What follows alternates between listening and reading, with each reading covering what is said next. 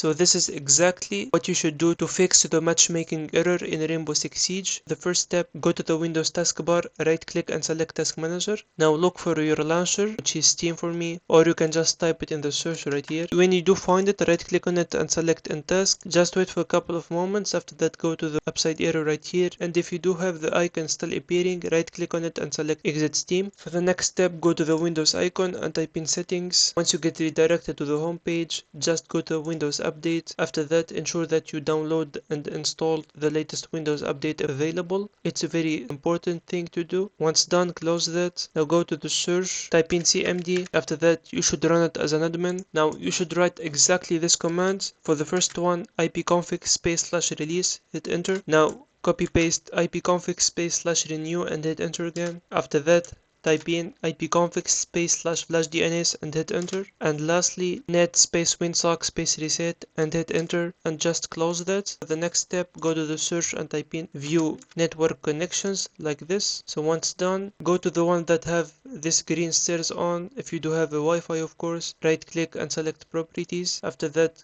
go to Internet Protocol version 4 TCP IPv4, double click on it and make sure to switch the DNS server from automatically to use this one. For the first preferred, select 8888, and for the alternate one, select 8844. Now select OK and make sure to close everything. All you have to do is to go to the Windows icon and try restarting your computer and see if it works. If you do find it helpful, consider subscribing and see you on the next one.